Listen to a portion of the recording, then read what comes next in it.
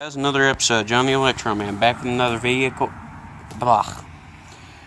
Not a good start to a video. That just means it's gonna go bad from here. But, back with another wood stove build. Check it out. It's the hot water heater wood stove. I mean, this is like this is as simple as welding projects get. Look at this. That was already plugged, because this was originally just a single element hot water heater, but it had the option for a secondary, but it was capped from factory. So I took two 3/4 inch bolts and stuck one here and here and welded all the way around the bung to seal it up.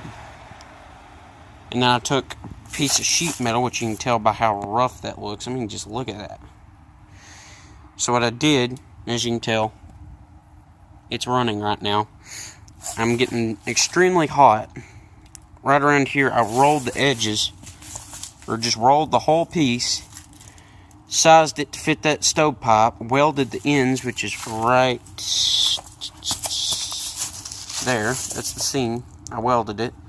Then I come all the way around and welded it all the way up and sealed it, thinking it would leak. Actually, it's surprisingly not. And I got this thing burning so hot right now. There's no smoke. Check it out.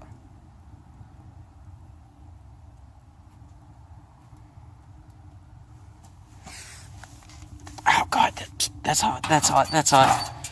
Oh Jesus, that's hot. Oh goddamn. Sorry for the Sorry for the cuss words.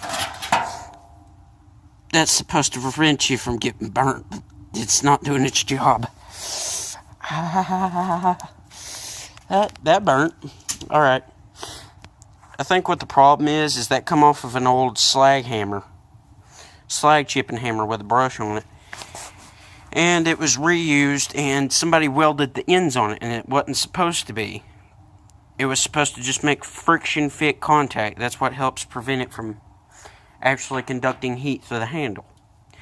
Well, when somebody welded it, it wasn't originally intended for this, so the heat's traveling from the door across through that rod and into the handle itself, the coiled handle. This is about as simple as it gets. This is a good use for old hot water heaters. We had this hot water heater in the house, and it went out about a year ago, and we went for one that was just about 2 or 3 inches, probably about 6 inches shorter. More traffic.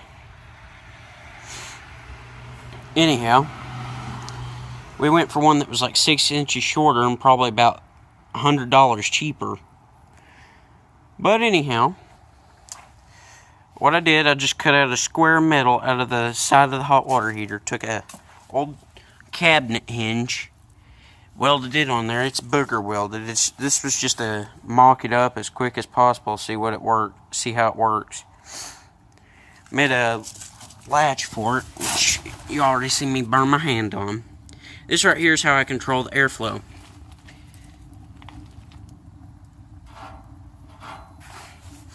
I've got a numerous amount of holes cut behind that.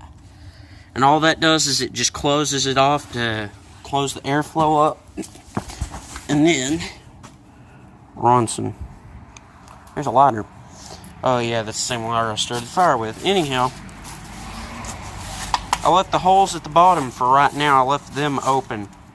That way I could pull in more air to heat up and get hot.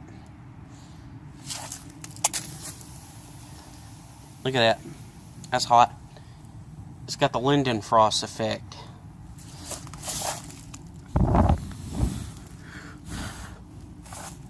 Okay, the Lindenfrost effect quit.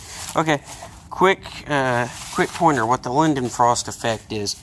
It's essentially when a surface is so hot and water contacts it immediately, it skids across it. That's why when you have a pan on the stove and it's really hot and you dribble water on it, it just skids across like it's hovering. Because essentially it's hovering on a pocket of gas. There's more traffic.